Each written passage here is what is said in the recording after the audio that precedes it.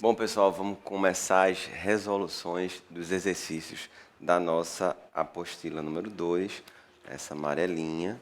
O tema é função afim.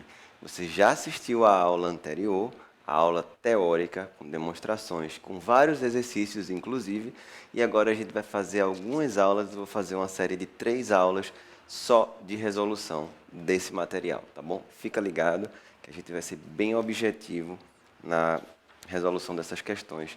E eu vou reforçar algumas ideias aqui para que você consiga fazer um monte de questão de função afim em qualquer vestibular que você vá prestar, tá bom? Se liga, questão 1 da página 43. Ele diz o seguinte: o gráfico da função r de r mais em r, só uma informação,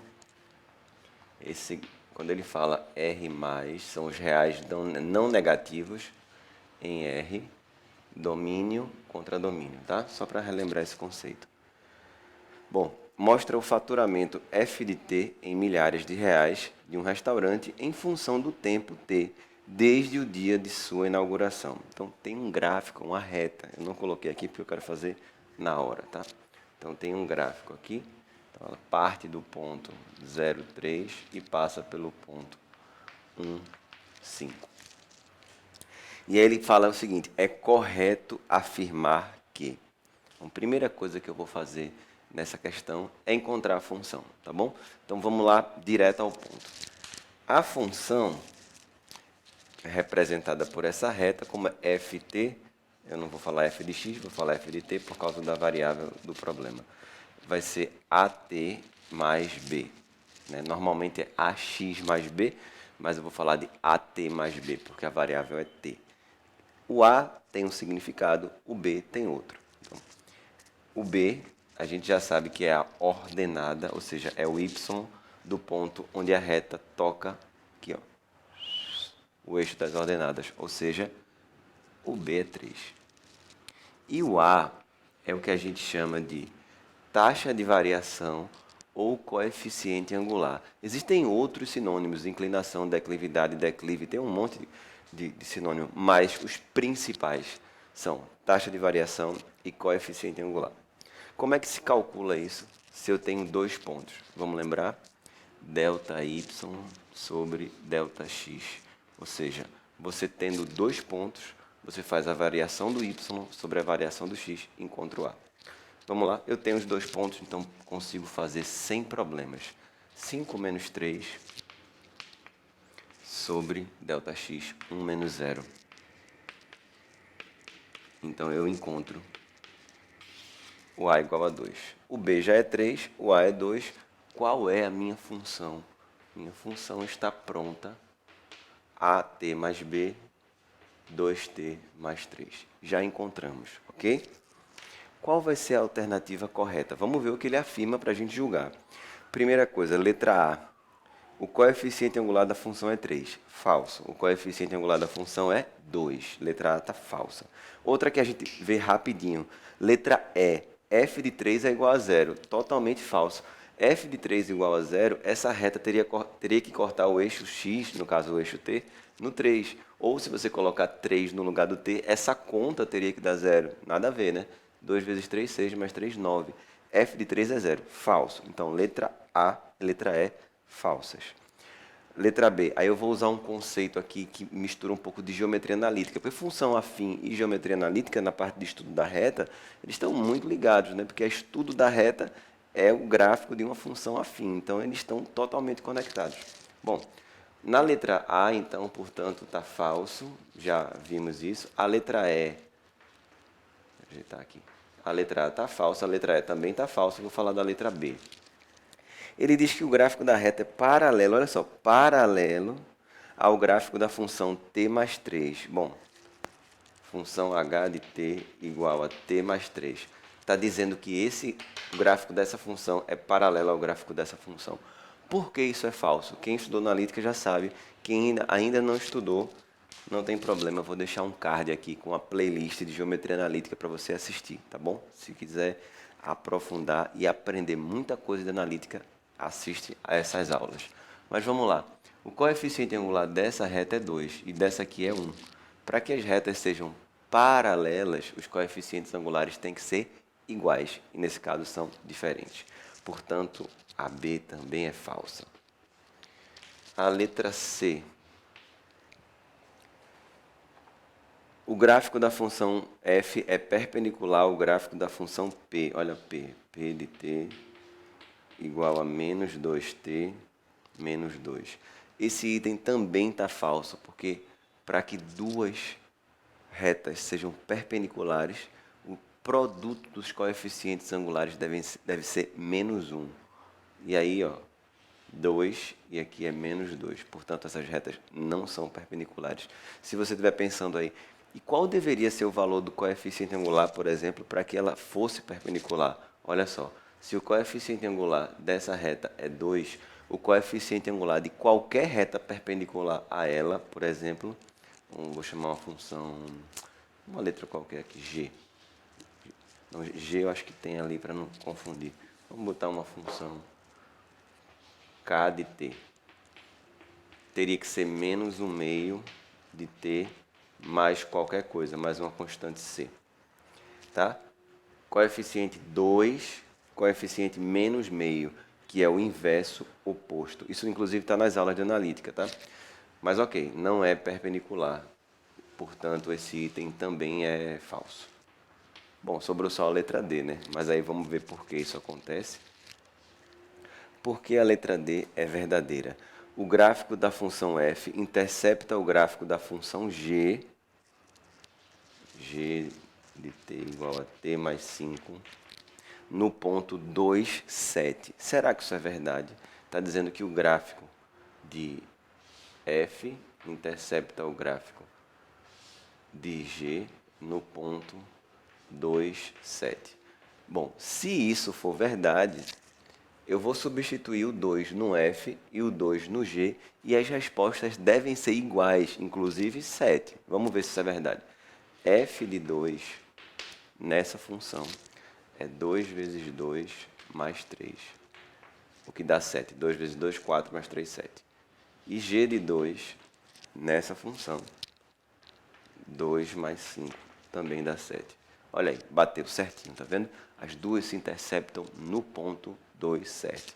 Por isso que a letra D é verdadeira e é a resposta da questão. Então foi uma questão mais técnica e bom para revisar, bom para ver conceito matemático, tá? Não tem contextualização praticamente nenhuma, né? Não tem contextualização, digamos assim, uma situação do cotidiano para a gente interpretar, não tem. É matemática pura, direta, seca, tá bom? Agora a gente vai ver um problema contextualizado muito, muito recorrente em provas de vestibulares, tá? Principalmente do Enem. A questão número 2, da mesma página, diz o seguinte. Uma malharia produz camisetas personalizadas para eventos esportivos. Cada novo modelo possui um custo fixo de R$ 450, mais R$ 9 por camiseta produzida. Como é que eu monto isso? Custo fixo é uma maravilha, né? Super fácil de você montar. Quer dizer, é uma maravilha para montar a função, né?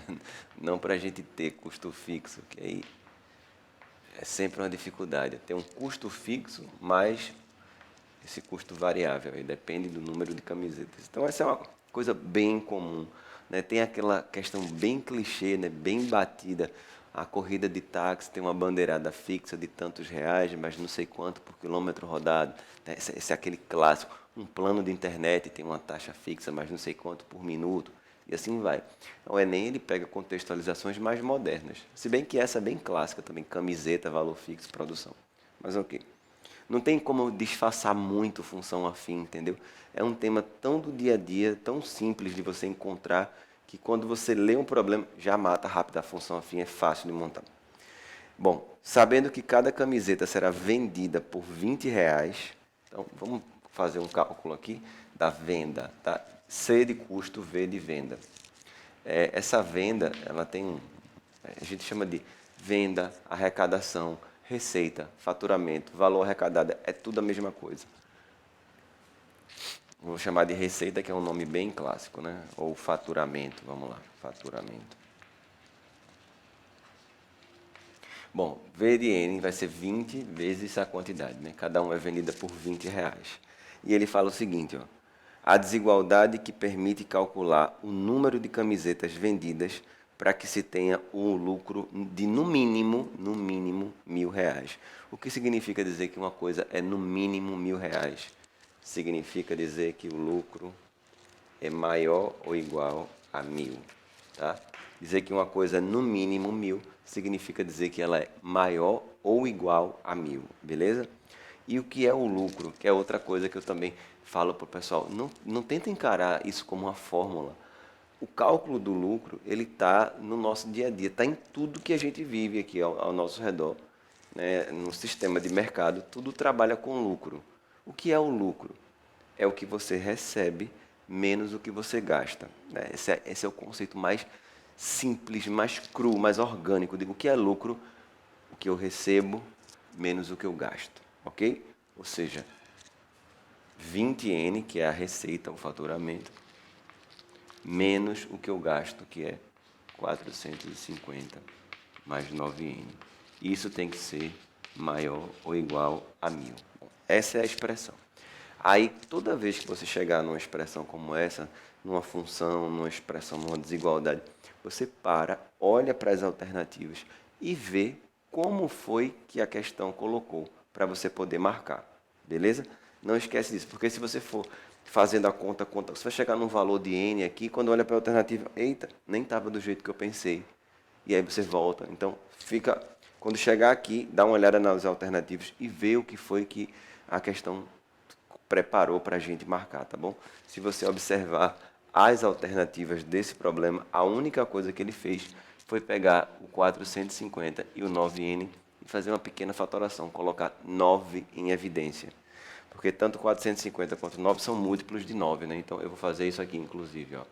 Põe o 9 em evidência, 450 dividido por 9 dá 50, e 9N dividido por 9 dá N. Você pode se perguntar, por que você fez isso? Eu só fiz isso porque eu olhei para as alternativas e vi como ele escreveu. Então, tem que saber para poder você marcar a alternativa. Do jeito que está aí, encontra-se inclusive na letra E. Essa é a resposta.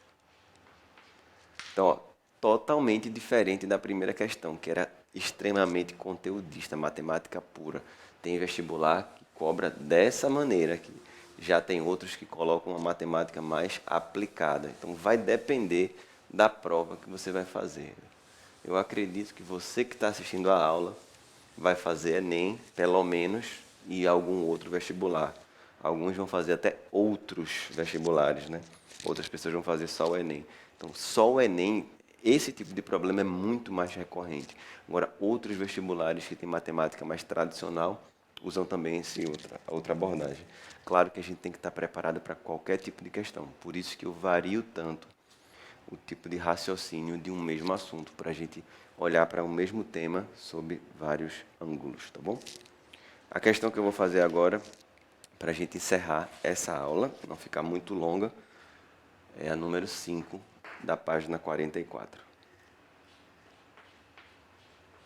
É novamente uma questão contextualizada para a gente montar a expressão, mas eu faço questão de resolver esse problema porque muita gente errou quando ele caiu no vestibular e muita gente veio falar comigo porque foi falta de atenção. Então, eu quero chamar a atenção a um detalhe aqui, tá bom? Então, fica ligado. É simples, mas sabe aquela coisa perigosa, você na pressa lê muito rápido, sai escrevendo, já marca e aí pode perder um problema por uma besteira, tá? Então, fica atento. Uma empresa tem diversos funcionários. Um deles é o gerente, que recebe R$ 1.000 por semana. Então, o gerente, que também é funcionário, recebe R$ 1.000 por semana. Os outros funcionários são diaristas. Cada um trabalha 2 dias por semana, recebendo R$ 80 por dia trabalhado.